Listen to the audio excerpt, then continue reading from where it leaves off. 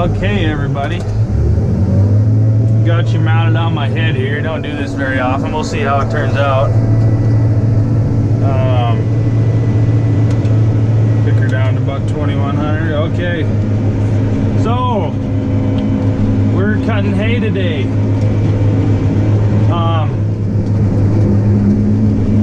This is the first day of hay season, I guess. This is the first field I started on this morning, and I just got back out here after we went home and ate some lunch. But yeah, there's a few blooms out here in the alfalfa. This is a pretty old stand. This is in the field I made the video of the wheel line preparations early this spring.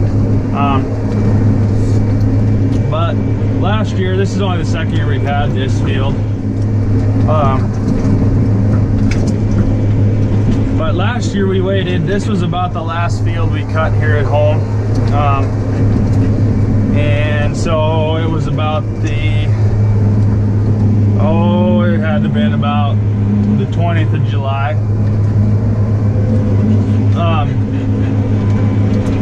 And there's not much alfalfa in it. It's mostly grass, so the second cutting didn't produce very well at all. Actually, I came over here and cut a little bit, but all I did was really waste my time. So I thought we would start over here this year and see what kind of results we would get. What second cut would look like this year. So yeah, that's why we're starting over here. So yeah, this is normally, I really would have liked to cut this a week ago. But we've just been getting so much rain. It's been, I mean, I'm not gonna complain about it at all, because things were getting pretty dry, and today's Monday, the 25th of June, and it started raining, well, it would have been 10 days ago, Friday, not it would have been like the 15th of June, I guess. It started raining, and it didn't stop until Saturday, which has been, let's see, the 23rd of June. I mean, we had it didn't rain non-stop that whole week, but it sure did. It rained every day, and we've got almost 3 inches of rain in the month of June, and all of it came that week. So I mean, I don't know if you can see the tires, but they're still pretty wet. The ground here is pretty wet still, just from all that moisture we've got. So yeah, I really wanted to, my plan was to start last week, and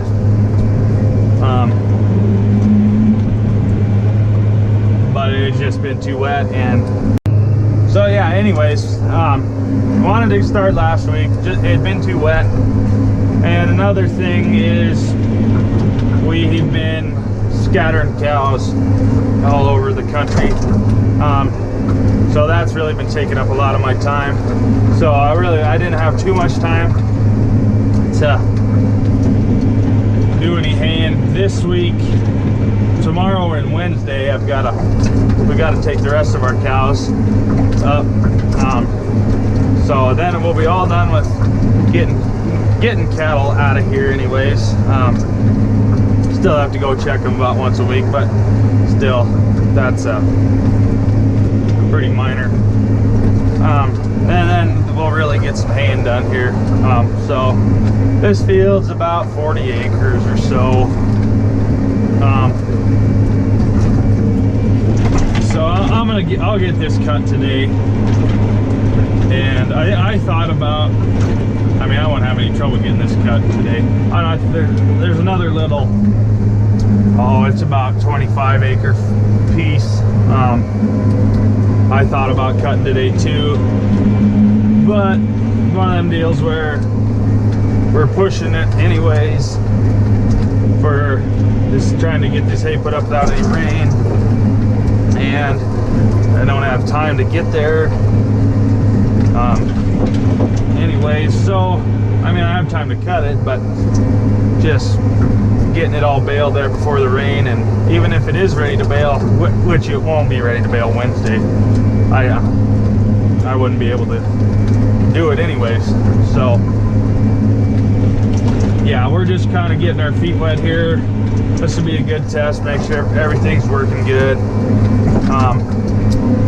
Get the water back on this and see what kind of stuff we can, or what kind of hay we can grow for a second crop. This hay, I mean, it isn't too bad really for how old it is. This isn't a very smooth field, so it's not the funnest one to cut, but it's pretty decent hay. It'll, I mean, the tonnage will be there. We baled this in little bales last year, I think the whole field actually, for horse hay, and sold it. And I mean, I wouldn't be afraid to feed it to our horses. That's what I always tell people. The real picky ones that show up here to get hay, and they say, oh, that they don't like the hay or whatever, or don't take the top bales. Well, if you don't take the top or the bottom bales out of the stack, you ain't getting any hay. That simple. But it's like those people that show up here and think they get to pick the hay they want out of the field. I mean, whatever. We got some people we've really good friends with. We try to, I mean, we try to put up the best hay we can no matter what. And but people, we've had people bring hay back because their horses wouldn't eat it. Now, if I was a horse and it was the middle of the summer and I was in a pasture with grass up to my eyeballs, yeah, I wouldn't eat hay either. But all those people say, well, or we tell them, yeah, we'll feed it to our horses then. I mean, it ain't gonna hurt them. I mean, you don't want to give them really, really old, moldy, rotten hay, you know. I mean, but we don't put up any hay like that in little bales. I mean, yeah, if little bales, if it drizzles, I mean, if a drop of rain hits hay that's down, it will, no matter how good it is, the quality of it, we won't bale it in little bales. We've got enough good hay that we can bale horse hay and hay that didn't get rained on. And I hate little bales, and I really wish we wouldn't even do them, but it is where the money's at. So we do put up a lot of little bales. It's up to me. I mean, and it's handy for us to have 100, 200 of them little bales around, just for feeding our horses when you got them in the krill or something, or going. We do stay a lot when we go check our cows overnight, especially in the fall, and it is handy to throw 3 or 4 bales on the back of the pickup and go up and you can feed your horses while you're in cow camp or something. And like for in the calving shed in the winter time, it's way handier to go out there with a little bale and feed a cow in a jug than it is to fart around with a round bale. And I mean, but still, round bales aren't bad. And but back to putting up good hay. I mean, there's a really fine line when putting up hay when you know that your hay is going to get rained on, and hay, so your hay gets rained on, or you bale it at 20% moisture. And if you don't bale it at 20% moisture, it rains on it for 3 days, and it just turns black and it rots and bleach. I mean, so I don't really know. I mean, there comes to a point sometimes when it's just better off to bale it, because it's not going to get any better. And I mean, that might be a poor attitude, but you got to do what you got to do to get your hay put up. And like us, we have, I mean, we're doing over 1,200 acres, and with one round baler now. And so I mean, we are at the point where we could justify owning another baler, but we're also, you got to have somebody to drive it, run it. And I mean, 1,000, 1,200 acres might not be much to some of you guys, but I mean, we were putting up on average 3 tons of the acre hay on just one cutting. I mean, that's damn near 2 bales an acre. And I think 1,200 acres, that's 2,400 bales. Maybe not 2,400, is it? Yeah, 2,400 bales.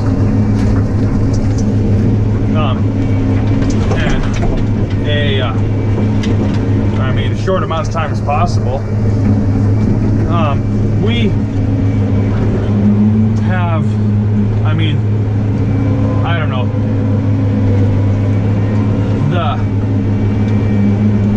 this machine will run that one round baler we got plumbed to death. There goes my cousin with a load of cows. Highway, I don't know if you can see him over there or not, but yeah, back to what I was saying about round balers.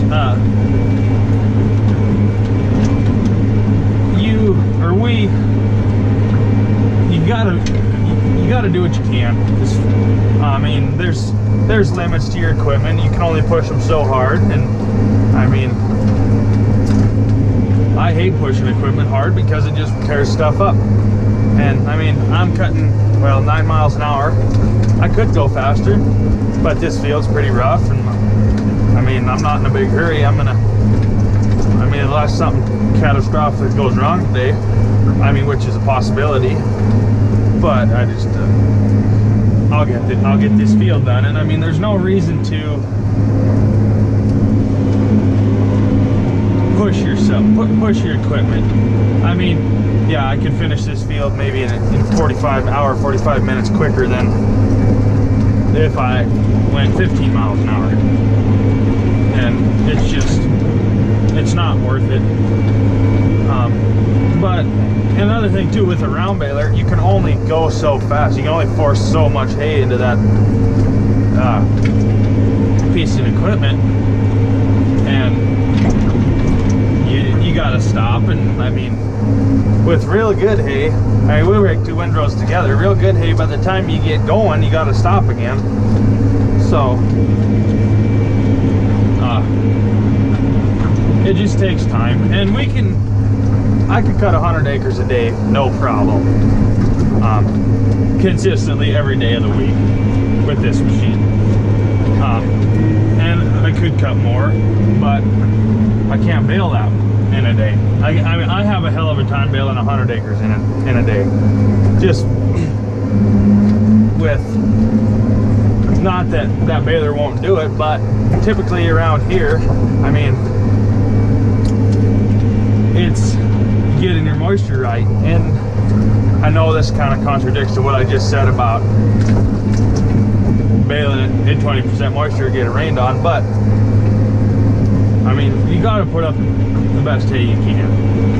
And so typically we don't start baling. I mean, some days you can start baling at 10 o'clock in the morning, but we start right about noon most days. We'll start raking first thing in the morning, but we get so much dew here, and it takes a long time for that dew to burn off. I mean, some days we don't get any dew, and some days we get more. But I mean, on average, it's too wet to bail before 11 o'clock. And just between the two of us, I mean, it's hard because, yeah, somebody needs to be cutting hay all the time. Somebody needs to be raking and baling all the time, and it's just, I mean, when we really gets going, I'll cut, if the weather looks good, I'll cut hard for about 4 days. Get as much hay as possible knocked down in those 4 days. And then,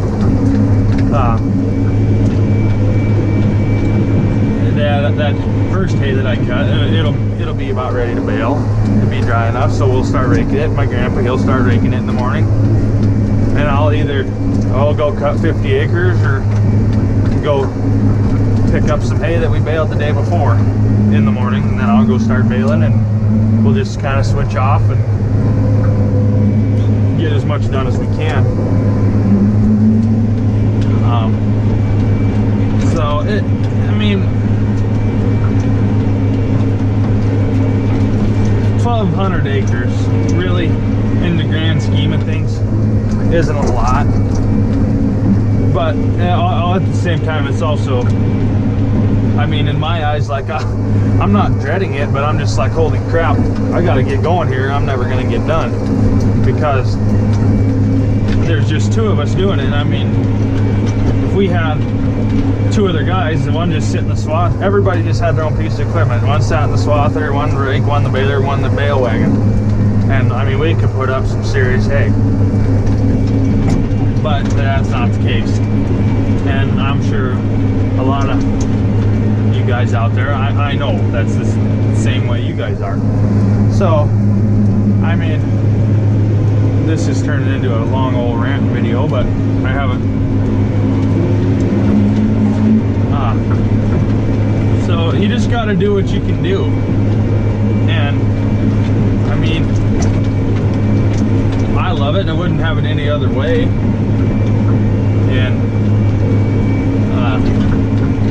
it's a lot of long hours and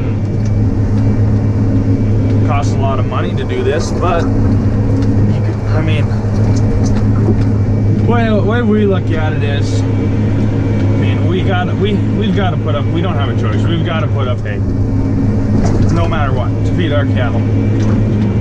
And also at the same time, I mean, yeah, we could put up enough hay for ourselves with just the land we got. And I mean, we wouldn't have to have this machine to cut our hay, and wouldn't have to have we wouldn't have to have nice equipment to get it done.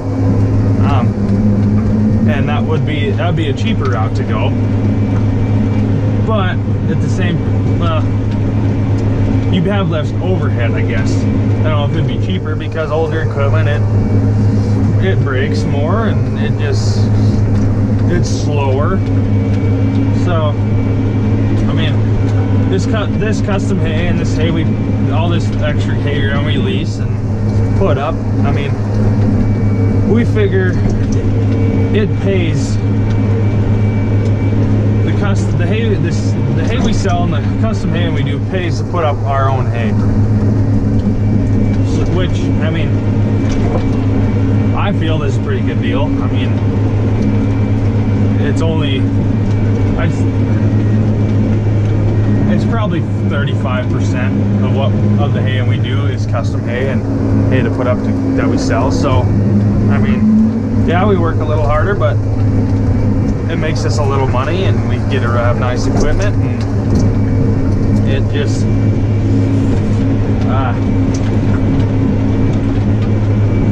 what we like to do, I guess. And it gives us freedom, more or less. And it brings in money. So, I mean, there's no way we could afford this swather if we, or, well, we couldn't afford or justify to own it if we put up 500 acres of hay. So, yeah, this has been my rant for the day. If you guys made it this far, I appreciate it. But, yeah, so more mini hay videos to come. And just the beginning. So, thanks for watching.